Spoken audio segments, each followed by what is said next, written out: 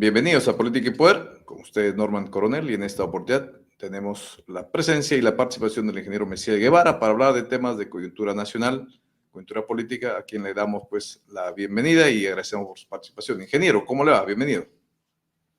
Norma, muy buena noche, muchas gracias por la oportunidad, como siempre. Es un gusto conversar contigo sobre diversos temas y la verdad que hay muchas cosas por conversar. Precisamente, ingeniero, le agradezco por su tiempo. El día de hoy, como todos sabemos, lamentable hecho, pues, el atroz asesinato, cobarde asesinato contra este integrante de la orquesta muy conocida, Armonía 10, el señor Paul Flores, conocido como el ruso, y también el ataque al bus y a otros integrantes de esta conocida orquesta, que ha dejado pues atónitos y ha removido todo el ambiente político, tanto así que algunos aliados del señor ministro del Interior, aliados que hace poco nomás lo alababan como el gran héroe, como alguien que está luchando por pacificar el país y por coger a estos criminales y ponerlos en la cárcel, que es donde deben estar. Sin embargo, hoy todos sacan la cara y empiezan a decir que renuncie, que renuncie. ¿Cuál es su análisis de la situación crítica por la que vive el país en términos de inseguridad, estimado ingeniero? Bueno, mira, los indicadores, tanto como fallecimientos en los últimos 3 meses de este año, ¿qué te digo? Son alarmantes y son cifras duras, ojo, que están publicando de manera constante algunos expertos en el manejo de este tipo de información, lo cual ha ido incrementando. Pero además de los datos de homicidios, de muertes, se siguen ya incrementando denuncias por extorsiones, secuestros, incluso extorsiones a colegios, algo que nunca antes se había visto. Hace un momento acabo de leer en las redes de que han baleado a un colectivero allá en San Juan del Lurigancho que se ha salvado de milagro. Por lo tanto, acá nadie se salva. Nadie ya tiene, digamos, la seguridad y por lo tanto, y eso ocurre en Lima, en toda la Lima metropolitana, el Callao y a nivel nacional. Creo que no hay ninguna región que se salve donde no haya el impacto negativo que tiene la inseguridad ciudadana. Por lo tanto, esto se ha desbordado.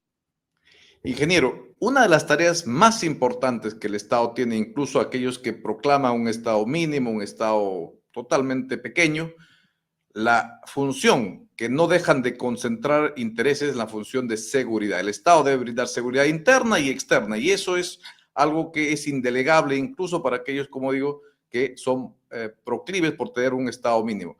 El Estado peruano, a su juicio, ha dejado de cumplir esa función y hoy en día estamos a merced de estos criminales y la banda de criminales a que aterrorizan al país. El Estado peruano o el gobierno del Estado peruano, que hoy está dirigiendo los destinos del país, está totalmente debilitado, agrietado, ausente y, ¿por qué no decirlo?, corrompido. La corrupción campea, la impunidad igual que la mediocridad. Tres elementos se han unido en aquellos que dirigen la gestión pública hoy por hoy. La corrupción, la impunidad y la mediocridad. Y esos tres elementos han hecho que el gobierno del Estado se esté debilitado, esté ausente. Y por supuesto, los que han aunado a este debilitamiento creciente y dinámico que se ha llegado a escenarios que nunca antes habíamos visto, ni imaginado siquiera, es el Congreso de la República. Todas las bancadas que están en el Congreso de la República son los responsables de lo que actualmente estaba ocurriendo. Curiosamente se han unido los centros y tú hace un momento has manifestado que has podido leer algunos pronunciamientos en contra ya del señor ministro del Interior o del ministro del Interior, lo cual nosotros lo veníamos diciendo. Es más, ese señor hoy por decoro ha debido de haber presentado su renuncia. Y si él no tiene ese decoro, la presidenta debió haber pedido su renuncia, porque él es más ofreció haber renunciado hace ya tiempo.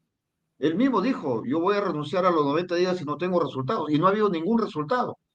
Y por otro lado, el ministro de Educación se ha presentado en un programa dominical expresando de manera muy irresponsable, y por no decir otra palabra o otro adjetivo, a decir que sí hay resultados, Fuerza Popular, Renovación Popular, Alianza para el Progreso, son algunos de los partidos que hoy han sacado unos comunicados que son responsables de la crisis que está viviendo y no han querido firmar el tema de la censura del ministro. Por lo tanto, a ellos hay que señalarlos también, al igual que a la presidenta de la República. Precisamente en este punto, ingeniero, yo recuerdo a usted en este programa mismo, hace algún tiempo atrás, ya había señalado su opinión y posición respecto a este señor ministro, pero no solo usted, hay mucha gente muchas personas del ambiente político nacional de reconocida trayectoria que hace tiempo vienen pidiendo ya que eso se cambie. Sin embargo, parece pues que hubiese un blindaje, ¿no? Porque, y ahí es lo que digo, parece que desde las mismas entrañas del poder, este señor ministro tiene algún blindaje, alguna capa protectora, porque evidentemente un país democrático, que se precie democrático, cree que este señor hace tiempo que debiera haber estado fuera del poder sobre todo más importante, que es perseguir el crimen, porque es el trabajo más difícil que actualmente el Perú necesita alguien que realmente funcione adecuadamente.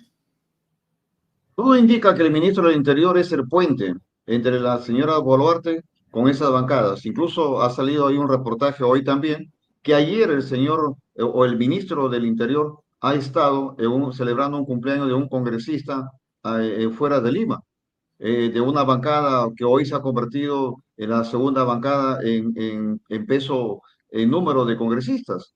Por lo tanto, este señor sigue tejiendo y lo malo que los congresistas siguen también tejiendo, porque al final son ellos los que están gobernando.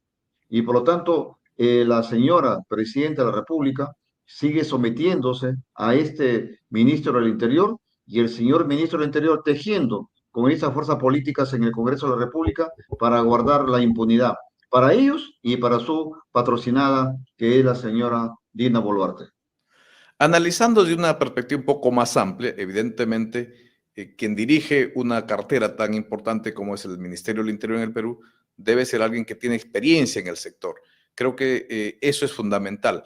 Pero a la luz de esto, las instituciones creo que deben estar más allá de las personas, ¿no? Cambiar de ministro también probablemente a estas alturas no va a garantizar lograr una lucha efectiva contra el sicariato que ya los ha encimado a todas las instituciones del Estado y como usted bien ha dicho, a todos los, incluso negocios, llegando incluso al tema educativo. ¿Qué falta? ¿Cuáles han sido los errores institucionales ya de Estado? Porque yo creo, y no sé si comparte la opinión, que cambiar el ministro nomás no es suficiente. ¿Qué está faltando? ¿Qué se requiere para que logremos tomar control de nuestro país? Ya vamos a parecer dentro de poco como México, estimado ingeniero. En México, como sabemos, hay lugares, territorios completos en donde el Estado ya perdió el control y en donde los carteles básicamente hacen lo que se les da la gana. Es la ley del más fuerte, la ley de la selva. ¿Qué está pasando? Bueno, en primer lugar, yo creo que sí es necesario cambiar al ministro, porque va a dar un respiro, va a dar un nuevo aire, va a oxigenar a lo que es esta importante cartera. Seguramente habrán otros liderazgos. Recordemos que dentro del Ministerio del Interior hay diversas áreas que manejan inteligencia, manejan Dinandro, manejan lo que es el Rincote, manejan también lo que significa la parte operativa de la Policía Nacional del Perú. Y yo creo que sí. Por ejemplo, el Ministerio de la Policía Nacional también tiene que reorganizarse, pero eso no va a ocurrir si tú tienes ahí a una persona consecuente con el ministro. Por lo tanto, tiene que cambiarse el ministro y, por supuesto, también tiene que haber un recambio de diversos viceministros y directores en áreas muy importantes. Por lo tanto, yo sí creo que debe cambiarse el ministro con mayor urgencia. Hace un instante, no sé si ha leído, el señor Premier ha sacado un tuit donde dice que han declarado en estado de emergencia a toda la provincia de Lima Metropolitana, incluyendo el Callao. Como si la inseguridad ciudadana solo estuviera circunscrita en Lima Metropolitana. Hay que decirle a la presidenta y a los ministros, que la inseguridad ciudadana está en todo el Perú. Está en nuestro Jaén, está en Chiclayo, está en Piura, está en Trujillo, en todo lado. Madre de Dios, con trata de personas, minería ilegal, tal ilegal, y son ellos los que están sosteniendo a este gobierno y a este Congreso y a este ministro. Por lo tanto, sí coincido contigo que hay que hacer grandes cambios, pero el primer cambio que hay que hacer hoy, si es posible, es la renuncia del ministro del Interior. Perfecto. Sin duda, gestos importantes políticos que dieran cuenta pues de una voluntad mayor de querer realmente luchar contra el sicariato, ¿no? Y estas bandas incluso transnacionales o organizaciones criminales transnacionales como el Tren de Aragua y otros más que sin duda pululan hoy en día en el Perú. A nivel, a nivel del sistema de justicia, ¿también usted considera que es necesario hacer una reorganización? Cabe precisar pues que mucha gente a veces piensa que solamente el Ministerio del Interior es el ente que captura obviamente a los delincuentes, pero es todo un sistema el que se debe encargar de asegurar que esos delincuentes al fin de cuentas no estén 5 días nomás en la carceleta y luego salgan libres, sino que realmente lleguen a cumplir una condena efectiva por los delitos atroces que están cometiendo. Bueno, hay una cadena que hoy hay un círculo que debe ser virtuoso, hoy es vicioso, donde está la policía, está la fiscalía, está el Poder Judicial, con todas sus prerrogativas que tiene, y también está el propio Ministerio de Justicia, que es el que controla los penales. Por lo tanto, ellos son los que dirigen a través del INPE. Y entonces hay muchos actores. Pero sin embargo, el Congreso de la República se ha dedicado en los últimos años a desmontar, a desarticular esa cadena que no trabajaba muy bien, pero sí daba resultados. Por ejemplo, la prisión preliminar, el allanamiento, que ha cambiado todo el protocolo y ahora se está restituyendo, pero ya ha ocurrido lo que ha ocurrido. Ha hecho que se incremente la criminalidad. Por eso, cuando dicen sin ánimo de defender a los fiscales tienen que acatar la ley del Congreso de la República. Y por eso hoy la fiscal de la Nación no se está reuniendo mientras el Tribunal Constitucional no declare el derecho de la parte competencial si la iniciación de la investigación está a cargo de la policía o está a cargo de la fiscalía. Todo ese enredo, mi estimado Norman, lo ha provocado el Congreso de la República. Hay otro actor que también el Congreso de la República hoy sus jefes, sus líderes de esas bancadas, hoy están controlando la Junta Nacional de Justicia, que la Junta Nacional de Justicia tiene la gran tarea y la gran responsabilidad de designar a los fiscales y a los jueces titulares, pero no solo designar, sino también evaluar y ratificar y despedir, es decir, dejar sin efecto su nombramiento. Y eso han entrado ahora a controlar. Incluso hoy estamos viendo cómo están tratando de proteger a algunos magistrados que han sido sindicados como parte de los cuellos blancos. Entonces, todo eso se está en busca de favorecer a los líderes, a los jefes de las bancadas que hoy dirigen el Congreso de la República. Por lo tanto, no solo la policía, no solo el Ministerio del Interior, sino todo un sistema que lamentablemente ha sido trastocado. La gran tarea del próximo Congreso de la República es corregir todo este gran daño que ha hecho este Congreso. Pensando en voz alta, ingeniero, ¿qué acciones a su criterio son necesarias en los distintos ámbitos para que el gobierno que venga, sea quien sea el que llegue al poder, pueda luchar frontalmente contra la criminalidad y garantizar a los peruanos que pueden caminar tranquilos, que pueden tener su negocio tranquilo, que pueden enviar a sus hijos al colegio sin el temor de que un coche, una bomba o una granada explote a la hora de accesar o que sus profesores puedan ser afectados? ¿Qué medidas urgentes cree usted que el próximo gobierno debe implementar para poder llevar otra vez al Perú a dejar de vivir en una situación de miedo y pánico? En primer lugar, el próximo Congreso tiene la gran tarea de restituir, de desmontar todo lo que este Congreso ha ocasionado en daño, un gran daño en torno a lo que es esa cadena de valor. Eso tenemos que restituirlo lo más urgente. Y por supuesto hay que hacer un estudio para presentar los proyectos legislativos adecuados para que eso ocurra. Volver a lo antes, es decir, corregirlo. Eso por un lado.